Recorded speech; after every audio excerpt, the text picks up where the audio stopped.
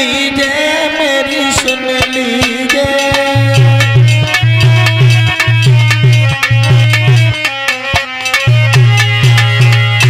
कलयुग बोला है महाराज सोने में बास मोए दे दीजिए मेरी सुन लीजिए। सोने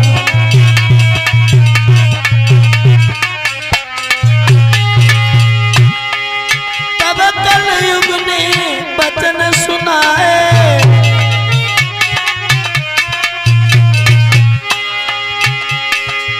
ऐसे भूप से बेबतलाए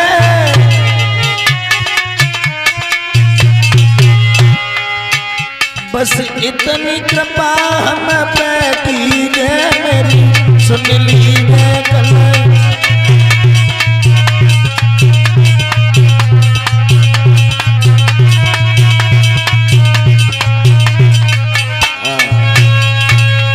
कलयुग कहने लगा महाराज मुझे सोने में बास दे दो। महाराज नहीं समझ पाए कि ये कपटी है, इसकी क्या चाल है। राजा ने कह दिया है वह मस्तू ऐसा ही होगा। कलयुग ने सूक्ष्म रूप बनाया और राजा के मुकुट में प्रवेश कर गया। लेकिन बात एक और है भैया, सोना भी दो प्रकार का होता है, धर्म का और अधर्म का। धर्म का जो तुमने खून पसीने की कमाई से बनवाया है, अपने पैसे से खरीदा है, उसमें कोई दोष नहीं है, कोई पाप नहीं है। लूट करके चोरी करके दूसरे से छीन के लिया है, पाप का है। राजा परीक्षित तो धर्मात्मा थे, फिर वहां पाप कैसे आ गया। जो राजा के सर पे मुकुट है वो जरासंध का है। मगध के राजा जरासंध का मुकुट सर पे देख करके अधर्मी राजा का मुकुट था। कलयुग उसमें प्रवेश कर गया। राजा की अब बुद्धि खराब हो गई। अब तो संत सम्मान भूल गया, राजा के अंदर अहंकार जाग गया। कलयुग का वास है। यहाँ कलयुग होता है, वहाँ पूजा पाठ नहीं होते। यहाँ कलयुग का बसेरा है, वहाँ भागवत कथा धर्म कार्यों में लोग रुचि नहीं रखते। और वैसे भी शाहपुर कला तो भैया वृंदावन बन गए हो। 3 बजे से हाँ मेला लग रहे हो, बड़ा आनंद आ रहा है। ऐसा भाव कहीं कहीं मिलता है। हमें तो रोजाना कथा कहनी हो कह रहे हैं, लेकिन कहीं कहीं पैसा भी खूब मिलता है, भीड़ भी खूब मिलती है, लेकिन भाव तो कहीं कहीं मिल पाता है। बड़ा अच्छा भाव है और मेरी तरफ से बहुत बहुत बधाई आप लोगों को। ठाकुर जी ऐसे ही भाव बनाए रखें आपके, और ऐसे ही धन धान बना रहे कि आप ऐसे ही धर्म कार्य पुण्य धर्म करते कराते रहें। आज राजा की बुद्धि स्थगित नहीं रही, आगे बढ़ गए, प्यास लगने लगी। महात्मा श्रृंगी ऋषि भजन कर रहे हैं। राजा ने पहले तो प्रणाम किया, कोई उत्तर नहीं मिला। राजा ने तरकश से बाण निकाला। वहीं पर एक मरा हुआ सर्प पड़ा था जिसका नाम था कालगंडा। उठाया और महात्मा जी के गले में डाल दिया कि इन्होंने मेरे प्रणाम का कोई उत्तर नहीं दिया। जब इन्हें समाधि से जागृत होंगे तब एहसास होगा कोई आया था। चले गए और इधर लोमज ऋषि जैसे ही आए, उन्होंने देखा, आंखें खुली, श्रृंगी ऋषि को क्रोध आ गया। ऐ नीच राजा, तूने हमारे पिता का अपमान किया है, जा मैं तुझे श्राप देता हूं कि 7वें दिन तुझे तक्षक नाम का सर्प डस लेगा। महाराज को श्राप लग गया। राजा को क्या मालूम था कि मेरी जिंदगी के गिने हुए दिन बचे हैं। बाजी वाह।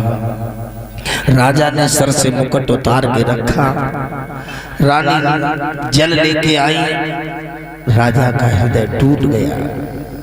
रानी पास में खड़ी है, नवल दे कहने लगी, श्रीमान आप जब भी लौट के आते थे बड़े खुश नजर आते थे, लेकिन ये सब क्या हो गया। पत्नी ने पति से कहा है, स्वामी कि किस कारण से प्रियतम प्यारे और गई तन की बदली रूहानी है।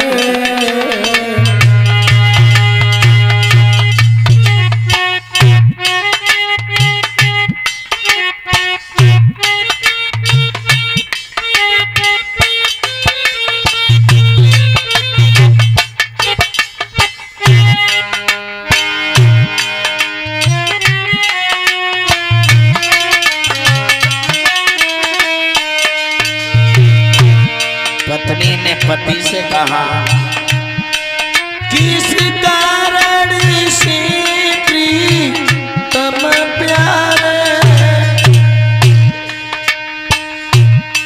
गई तन की बदन रूहानी है। महाराज क्या चिंता दिल में लगी है, क्या चिंता दिल में लगी है। चेहरा को ढरती दया पानी है।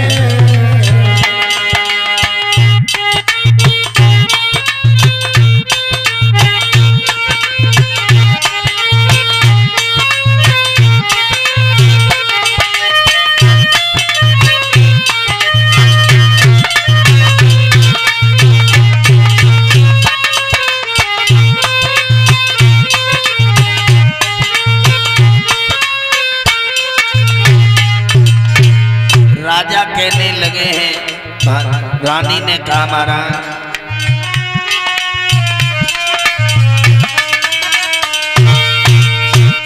क्या भूखा संत कोई चला गया जी, क्या भूखा संत कोई चला गया, क्या दुख में कोई संगीन हुआ।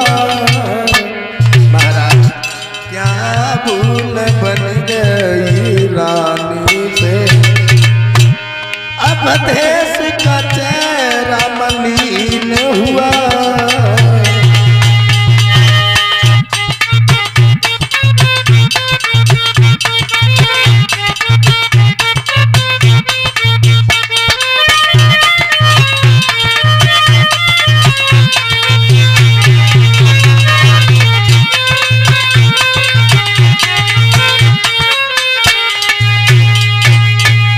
रानी ने पूछा, महाराज बात क्या है? राजा बोले, भद्रे आज इतनी बड़ी भूल की है, पहले कभी नहीं की। मुकुट को उतार कर